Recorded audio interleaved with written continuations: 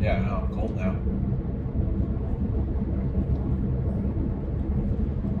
So our first week back to church, back to normal, air quotes. How was it? Good.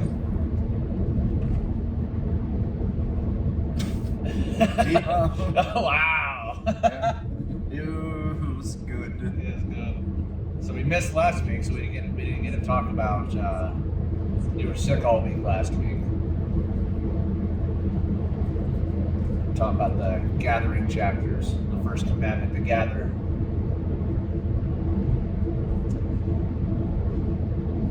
So, what was that? You sent that text. What made you think of that? I just saw people that, I don't know, it sounds,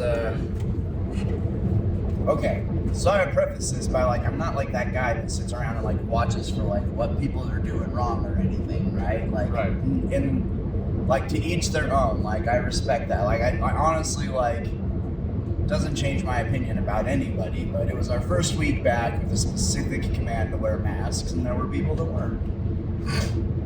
Right. And to me, it was just like, it's interesting that we're in the Come Follow Me section where it's late 1830, early 1831 in New York, upstate New York, and the Book of Mormon's 8 months old, the church is 6 months old, and this prophet gets up there and be like, guess what, everybody? Pack up all your stuff. And we're moving. Be like, we just had a conference in June. Why didn't you tell us then? When it was all warm, nice, and easy to move. Like, no, you wait till January and be like, Sell your we're farms going at a to loss. the Ohio? Like, Yeah. not even... And they were like, yeah. And everybody's like, yeah, I would do that. Like, and it's like the bishop sends out a letter and says, hey, we get to go back and meet. And very thoughtfully, in my opinion, like, says, I know that the opinions are varied when it comes to masks, but we've been asked to do this. So, like, hey, let's just wear them. Right. Like, the prophet asked you to wear a mask. And again, like, no judgment. Like, you do you, brother, but, like, there are a lot of people that didn't. It's an observation. Yeah, so I just found the irony hilarious. Be like, I think it's kind of hilarious that we're in the first, like, first of all, like, the first talk of gathering, and it happens to be our first week back. So, like, we've been able to gather together for the first time in 2 years, it feels like. And so that timing I thought was apropos. But then I'm sitting back there and I'm just like, wow, yeah, a lot of people didn't want to wear the mask. And so the thought occurred to me, and be like, if a letter goes out and the bishop very tenderly says, we're so excited to gather again, all you got to do is wear a mask. And there's some people that are like, nah, but I believe in their hearts. They'd be like, but if you told me to move to Ohio, no problem. Like, yeah, I wouldn't wear a mask, but I'd sell my farm, I'd do all that. It's not even sell your farm, like, sell your property at a loss. Like, there's a scripture in, I don't remember which chapter it is, but where it flat says, like sell if you can, or leave it and rent it. Like, so the commandment was like, leave, even if you just have to abandon your property. Go. Let's go. It's like, you just like leave your house, like all of your life savings and everything like that tied up into that. Like, it just goes like, you think that you can do that, but you won't wear a mask. So the thing about it is it's hard. And so think of that. Like, Book of Mormon's 8 months old, the church is 6 months old. Like, we've got to think of it like logically too. Like, with the introduction of James Covel and Sidney Rigdon, like, James Covel has a massive congregation, but he unfortunately decides not to. That's big. That's the biggest thing that I've been thinking about. I've dubbed it. We have the juxtaposition. You have two. You have Rigdon and his congregation, and We Shall Follow the Lord, and James Covel and his.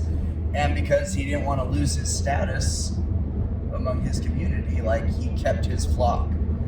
Like, imagine if 150 like new saints at that point had been added. Like, the good that would have sprung from those roots. Holy cow! But right. Anyway, my point is that something serious right? Like, the church is new, it's in its infancy. And Joseph Smith, like, a church that doesn't require the sacrifice of its saints does not have the ability to produce faith sufficient enough for those. For exaltation. For exaltation, yeah. Like, it requires sacrifice. So think about it. It's like, okay, here we go. Here's the first big thing. Go to Ohio. Go to Kirtland, and we know, hindsight being 2020, that, well, he told them, I'm not sure if in verse 38, if he, we got a lot of mileage. So section 38, verse 32, go to the Ohio, and you shall be endowed with power on high. Right. So we know that means the temple now. Side note, as a missionary called to Ohio, we lorded that scripture over everybody in the MTC. Like, right here, Go to the Ohio, endowed with power on high. To say that about any of you Tennessee people? But now that I'm not 19 and looking to lord anything over anybody, go to the Ohio, right? Now we understand that that's the blessings of the temple. Like, right. Mud for gold, leave your farm, but the reward is that your family will be sealed to you for eternity. You know what I mean? But they don't understand, like, they can't be told that, like, this is why you're leaving your farm. Oh, well, yeah, shoot, go ahead. Like, it requires all the obedience without the knowledge going in order to, like, that the virgins, in order to obtain that oil for themselves to be ready for the temple. You had to be ready for the endowment. You had to be prepared spiritually to receive the endowment. So in our gospel doctrine class, Andy Gordon, a wonderful member of our word and seminary teacher, mentioned something to that effect, like that, hey, like, the Lord tries people, like, you know, like, this is hard to leave your families in the wintertime and then go, but we know a temple's coming. We know, like, additional blessings and all of that are coming because, like, the Lord tests and tries and proves, and we know, like, Zion's camp, that it was they go to Kirtland. You get the Kirtland Temple. You get the School of the Prophets. There's 4 appearances in Kirtland of both the Father and the Son. Yeah, and that's a small place. Like, 4. They appear at the Kirtland Temple. They appear at the Newell K. Whitney store in the School of the Prophets. They appear at the Isaac Morley Farm, and they appear at the Johnson Farm. 4 separate instances of the appearance of both the Father and the Son in Kirtland. In one stinking county place in Ohio. Yeah. Like, and we've been in the School of the Prophets. Like, I'm 6 feet tall, and I can stand in the center of that room and stretch my wingspan to touch each wall. Like, yeah, it's not very big. Be standing anyway. So it's not a very big room to be in with Jesus and Heavenly Father. It'd be that unbelievable. So Andy made that point, like, you know, like, that we're tried before those blessings can occur, before scaffolding can be removed, before additional light and knowledge can be given. There's a big trial. And then I didn't get to make the comment, but then Andy and I kind of, like, sighed and were like, man, what if the pandemic is a trial? Yeah. I mean, think of everything that's changed after it. Like, fundamentally changes missionary work. Like, it's fundamentally changed the entire world. Changed a lot of things. Like, in a big way. And again, like, the come follow me. Now we're starting to get back to church. It was like, did you take that opportunity to get closer with your family, or didn't you? Like, the Lord was like, hey, you're going to need to be close to the Spirit. You're going to need to be close to your, like, we're going to need these, like, I guess my point was, I believe we're going to need these lessons we learned in the pandemic. I feel like the pandemic was either a time of time of spiritual feast or spiritual famine for you, depending on what you did. Like, I loved church at home. We gathered our families together, and, like, I heard people saying, like, well, what are you going to do? And I like, my thought was, like, what do you mean, what are you going to do? You've been given, you've been given a pattern for how to run a sacrament meeting your entire life. Like, so we just... And you have to come follow me. And you have to come follow me. We just did sacrament meeting, opening hymn, prayer, like I had a talk and a message that we gave. Like we just did a sacrament meeting, exactly how I've done a sacrament meeting my entire life, but we just did it with just us and our family. And I loved it because I got to have my kids and my nieces and nephews sitting from me, and then I got to just teach them. My kids were able to get lessons from every adult in their life. We made sure that every single adult had a chance to teach a lesson so that all of our children heard all of the adults in their life stand and bear testimony. They're going to see all the adult men in their life bless the sacrament. Bless the sacrament. Grace would have never, or I rarely seen me bless the sacrament. Kids never would have seen us bless the sacrament. I guess every now and again they have the elders do it. So like, not my ward. My kids never would have seen me do it if not for that. That was just, we did it every week. We gathered, it was awesome. I loved it. I want to be back in church with the saints and everything like that because, gathering together, you're stronger together. But I really feel like that was an opportunity to get your house in order. You sent that text out, we're talking about the gathering, and there's people here that won't wear their mask. If you can't do that simple thing, what makes you think that you can do the big hard thing? Right. Once again, nobody likes them. I don't like them. I don't like wearing a mask. I don't politically and stuff like that. I've got my questions and my doubts about but that's all. None of that matters. Nope. I think what if you're being asked, what if the mask is let's just assume that everything that people that don't like masks thinks about them true. They're 100% ineffective. In fact, there's a chance that you actually increase the spread of coronavirus. Let's say that was 100% true. Okay. What if the reason God asked you to wear a mask is just to see if you will? Yeah. You know how many times on my mission I was given spiritual promptings to do things?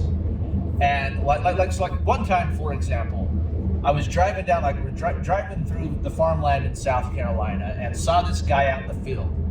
And Spirit was like, stop, go give that guy a Book of Mormon. I was like, okay, so slam on my brakes, hey, let's go. Hop out, run over there, try to talk to the guy, and try to give him a copy of the Book of Mormon. And he refuses it. And I'm walking back to my car afterwards thinking, why? And the Spirit said, to see if you would. So, on a larger scale, because again, I feel like people can understand it when it's the Lord talking, maybe you misunderstood or whatever, you know what I mean? But now let's take that same model and apply it to an entire group. The Zion's Camp March. Right. Okay? Gather up arms and let's march to go and face our enemies. In Missouri, there was massive real persecution in Missouri, going and defending them. So they mount up and they march around in the rain, not a shot fired, come home, and you could be like, what was it all for? And be like, well, hindsight's 2020. Pretty much everybody that was on that march became the bulk leadership of the church, filled the quorums of the 70, the apostleship, so why? To see if you would. Right. To see if you would take up arms and go and face your enemies as soldiers of the Lord. And then even harder, to see if you would turn around and come back. Put those guns away. Yep. And turn away. Which would be infinitely harder for most men, in my opinion. Right. Go fight for the Lord. No problem. I'm filled with vinegar and wine as it is. Let's get them. You know what I mean? Kneel down and put the fate of you, not just your fate, but the fate of your family, the fate of your women and children, into my hands entirely. Again, I feel like it's all the same lesson too. It sounds so easy to do the big thing, I would take up my sword and slay monsters for the Lord. To be would you stand there and let a monster slay you and your family? Yeah. Okay, but before I can even ask you that question, do you wear a mask to church? It's name it. Will you go bathe in the River Jordan? Yeah. Will you? How good are these masks? These little paper things when Johns Hopkins has these high tech. Think of Boba Fett. The capability we have with masks and what's this cloth? There's so many better river masks we can wash our leprosy off. It's what if had this vision of Boba Fett's helmet filled with leper parts? And it's the tragedy of I'm an actor, so I'm dramatic. So I dub it the tragedy of James Covel. he has chapter 39 where he receives, like, where the Lord compliments him, says, your heart is right before me. Like, he obviously was in a good place and started in a good place and had a testimony and had spiritual experiences. Like, when the God flat says, your heart is right before me, like, and then the very next section, section 40, like, he falls away, and the operative word is fear. Mm-hmm. Fear of persecution. Faith and fear cannot dwell together. You fear man more than God. Fear of persecution, and cares of the world, so he falls away. And then that's the missed people. That's the stony ground. As soon as the sun comes up, you don't have any root and it bakes you and you fall away. And it's just like, how can, I've heard this phrase said, like, talking about, like, the mass and stuff like that, was like I feel like they're overstepping, the apostles overstepping their bounds. Like, I've heard people being offended because the church has done that, like overstep. Like, how can Christ overstep his bounds in your life? I know, like, is like there you're anything actually being mad about modern revelation right now? Like, just stop and think about what you're saying. Like, I overstep, like, talking, like, that's the glory of having a modern day apostle, because Abraham really can't communicate to you on how to control your cell phone. Yeah. He has, you know what I mean? What's the thing in your life that Christ doesn't have the ability to tell you what to do it on? And if the answer to that is anything? In fact, if you told Abraham what a cell phone is and be like, let me get this straight. You guys actually progress to the point to where you're carrying Urim and Thummim everywhere you go? You realize that's what that is, right? A window to all the knowledge that the world possesses. You guys carry a clear piece of glass that has all the light and knowledge available. The words of every prophet and apostle ever recorded in the palm of your hand at any point, at any given time. Yeah. You'd be like, yeah. I didn't really chisel out a lot on tablets regarding those devices. Sorry. Do you know what I mean? Like, yeah, Abraham sacrificed his son Isaac. Was that outside of God's purview to tell him to kill his own son? Yeah. Was it outside of God's purview to tell Nephi to cut off the head of Laban? Like, what exactly in your definition falls outside of God's purview of what he can and can't do? And honestly, think of the hubris of man. Be like, I did this. Like, I can decide what God's purview is. Like, you, man, blip in the radar of eternities, feel like that you can tell God where the line is? And whoa. Okay. Before you start saying, I'm not talking about Jesus, I'm talking about the church, whether by my own voice or by the voice of my servants, it is the same. It's a bad sign if they're saying the leaders said this, or the church, if they're trying to divide, like, I've never had you're trying to divide what the prophet, like, when they're speaking as men and as prophets, like, you're on thin ice. I'm sorry if when I get charged up, I have a tendency to come across more aggressive or harsher than I actually feel. But what it really is that, like, I'm worried. I love people and I'm worried about people, and I don't want people to do that, because this is the way of happiness. And every single friend that I've had in my life that fell away from the church, the first major thing that I saw them doing was starting to parcel out what was the words of the apostles. Right. When they started dividing out and deciding which teachings of the apostles and prophets they could and couldn't follow, or that were important or not important, or that was when they were speaking as a man, or when there's like whatever. Let's just put it all to bed. Like, the final authority on it. What did President Nelson say in his closing remarks in the last conference? I want you to get the Liahona and Ensign conference issue, and I want it to be on your study desk, and I want you to study that right next to your regular scriptures. Like, hey, and this conference in particular, like, it was the first conference where maybe every apostle spoke, but it didn't seem like that was the focus, is making sure that every single apostle spoke. The whole Sunday morning session was voices from around the world. Right. The gospel is for everybody. For everybody. And then the prophet at the end says, every man and child from every corner of the world that spoke here today is equally deserving of your attention. It was all equally the word of the Lord. Study it. Internalize it. So I just get worried about people, because like I said, like that's my experience is when people start splitting those hairs, when people start deciding what the prophets and apostles can and can't comment on in their lives, it's dangerous ground. It's James, like that's the tragedy of James Covel. Like it specifically says that James Covel's, he says that he would obey any commandment that God gave him through Joseph Smith, except of course for that one. Until the command was to gather, until it was a commandment that he didn't like, that he didn't want to follow, that he didn't agree with. I'll obey any commandment you give me through the prophet. Whoa, it's easy to judge him sitting from our comfortable armchairs.